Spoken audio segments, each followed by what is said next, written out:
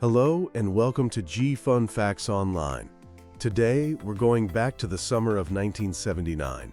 A small, unassuming device emerged from Japan that would, in a few short years, completely change the soundtrack of our lives. It put a pair of iconic, orange-foamed headphones on millions of heads, and, in doing so, subtly rewired how we interact with each other in public. I'm talking, of course, about the Sony Walkman. This portable cassette player was more than just a gadget. It was a cultural revolution. For the very first time, you could become the DJ of your own life, curating a personal, high-fidelity soundscape that you could take anywhere. The boring bus commute, a walk in the park, the lonely wait at a laundromat, it all became a private motion picture, and you were the star. This phenomenon was so profound it was given a name: the Walkman Effect. It described how this new technology allowed us to create a personal bubble of space, even in the most crowded public places. Today, the Walkman is a piece of retro tech, but its ghost lives on. In fact, it's more powerful than ever, glowing in the palm of your hand. We are living in the age of the Walkman Effect 2.0, a supercharged, all-encompassing evolution of that original idea. So how did we get from a private soundtrack to a public stage? And what does this constant connection actually mean for our brains and our communities?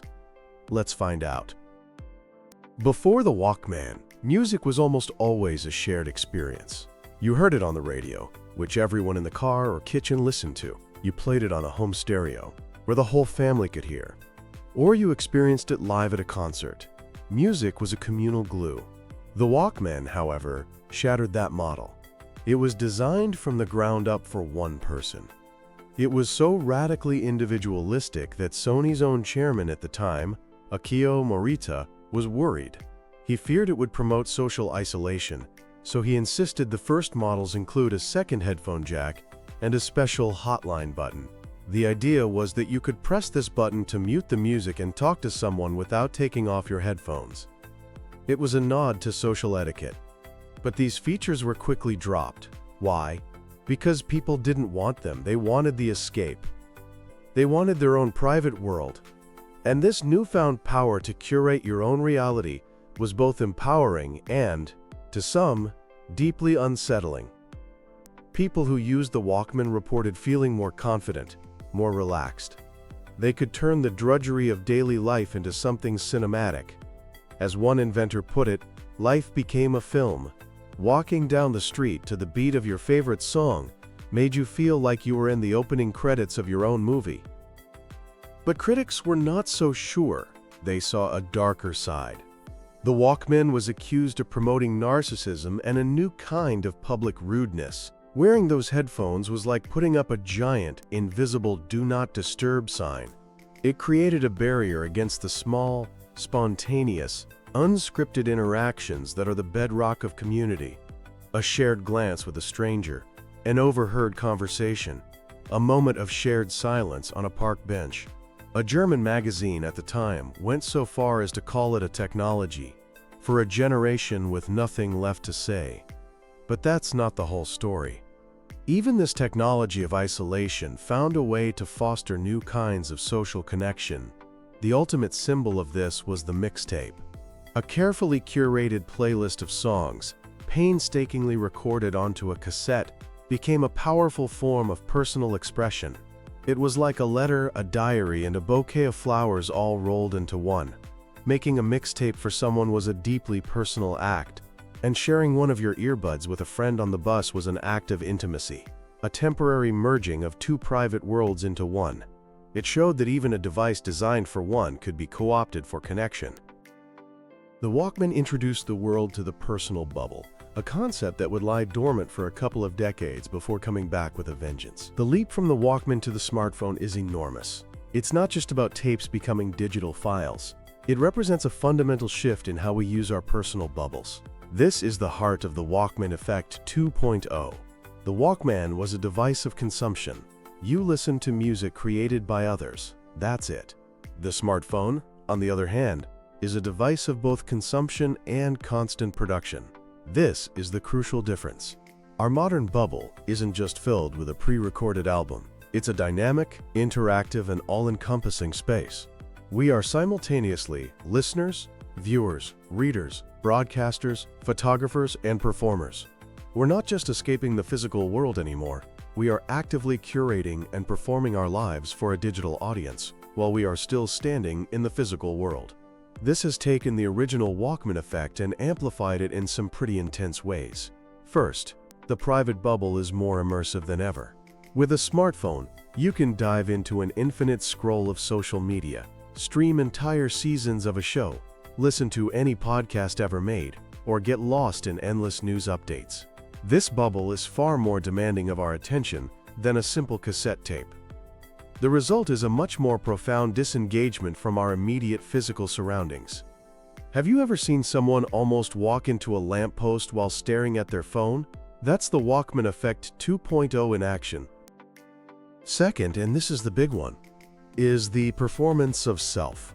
The Walkman let you be the audience for your own life's movie. The smartphone turns you into the director, the star, and the marketing department, all at once.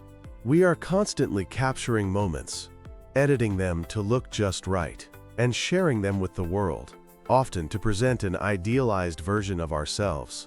This constant performance can lead to a state that MIT sociologist Sherry Turkle calls being, quote, alone together. We can be physically in a room with our friends or family, but our minds and our emotional energy are somewhere else entirely, focused on our digital audience and the feedback we're getting. This leads directly to the erosion of shared experience. Think about the last time you were at a restaurant and saw a group of friends or a family all sitting at the same table, but each person was completely engrossed in their own phone. This phenomenon even has a name: phubbing, a portmanteau of phone and snubbing. Studies have shown that phubbing doesn't just feel rude. It actively decreases the enjoyment of social interactions and makes the people being phubbed feel excluded and devalued. The Walkman created a soundtrack for our lives. The smartphone has given us a screen, a camera, and a global stage, and we're all on it, all the time. So what are the consequences of living inside this supercharged bubble? The Walkman Effect 2.0 is having a deep impact on both our individual minds and the very fabric of our society. Let's start with the psychological side. That constant stream of notifications, the dings, the buzzes, the little red dots, they create a constant pressure to be on, to be available, to respond. This can lead to a measurable increase in anxiety, stress, and that distinctly modern affliction, FOMO, or the fear of missing out. And here's the great paradox of our time. These devices, which are designed for connection, are correlated with increased rates of depression, anxiety, and profound loneliness. How can a tool that connects us to billions of people make us feel more alone? A big part of the answer lies in the curated perfection we see on social media. We scroll through highlight reels of other people's lives, their perfect vacations, their beautiful meals, their smiling families, and we inevitably compare those curated images to our own messy, complicated, and unfiltered reality. This constant comparison can chip away at our self-esteem and lead to feelings of inadequacy. The validation we seek through likes, shares, and comments can also create a very fragile sense of self-worth, one that is totally dependent on the approval of a digital crowd. Now let's zoom out to the societal level. The Walkman Effect 2.0 is contributing to the fragmentation of our shared reality. The algorithms that power our social media feeds and search engines are designed to do one thing: keep our attention. And the best way to do that is to show us more of what we already like and agree with. This creates what are known as filter bubbles and echo chambers. Our personalized information ecosystems shield us from diverse perspectives and constantly reinforce our existing biases. Over time, this makes it harder and harder to understand or empathize with people who hold different views. It can lead to increased political polarization and a breakdown in civil discourse because we literally stop speaking the same factual language. The very nature of our public spaces is changing too. The serendipitous encounter, the chance meeting that was once a hallmark of city life, is becoming a rarity. We navigate our cities with our heads down, our eyes glued to a glowing rectangle, our ears plugged. We're less likely to make eye contact with a stranger, to strike up a conversation with the person next to us on the bus, or even to just sit and observe the world unfolding around us. The world becomes background noise to the main event happening on our screen. The Walkman put a barrier between us and the world, but it was a barrier we could easily take down. The smartphone has created a parallel world that we carry with us, and for many, it's become more compelling than the one right in front of our faces. To say the smartphone is just a new Walkman is a massive oversimplification. The Walkman offered a temporary escape into a private world of music. The smartphone offers a parallel existence.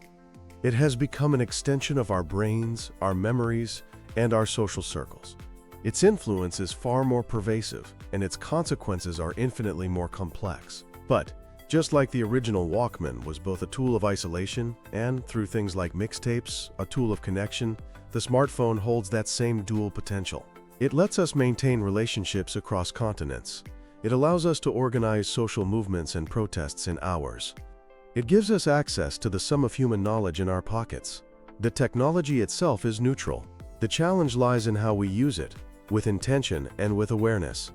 Finding a healthy balance in the age of the Walkman Effect 2.0 requires a new kind of literacy, what you might call digital mindfulness. This isn't about throwing your phone away. It's about taking control of it, instead of letting it control you. It starts with setting boundaries. Consciously decide when and where to use your devices. Create tech-free zones, like the dinner table, or tech-free times, like the first hour of your day, or the hour before bed. This can help preserve the sanctity of face-to-face interaction and protect your own mental peace. Next, practice cultivating presence. When you are with people, be with them. Make a conscious effort to be fully present in your physical surroundings. It can be as simple as putting your phone on silent and placing it out of sight during a conversation, or taking a walk without any headphones at all, just to see what you notice. And finally, actively seek out diverse perspectives. Make an effort to break out of your filter bubble. Follow people or publications on social media that challenge your viewpoints. Read a wider range of news sources. This fosters empathy and critical thinking, skills that are more vital now than ever. The Walkman Effect in both its forms isn't really a story about technology. It's a story about a timeless human desire for both connection and autonomy, for a shared world and a private one. The Walkman taught us how to walk through life with our own personal soundtrack. The smartphone has given us the power to rewrite the entire score, to direct, produce, and broadcast our own show. The question we all have to answer now is whether we can learn to conduct this new, complex symphony without losing the fundamental rhythm of our shared humanity. Thanks for listening to G Fun Facts Online.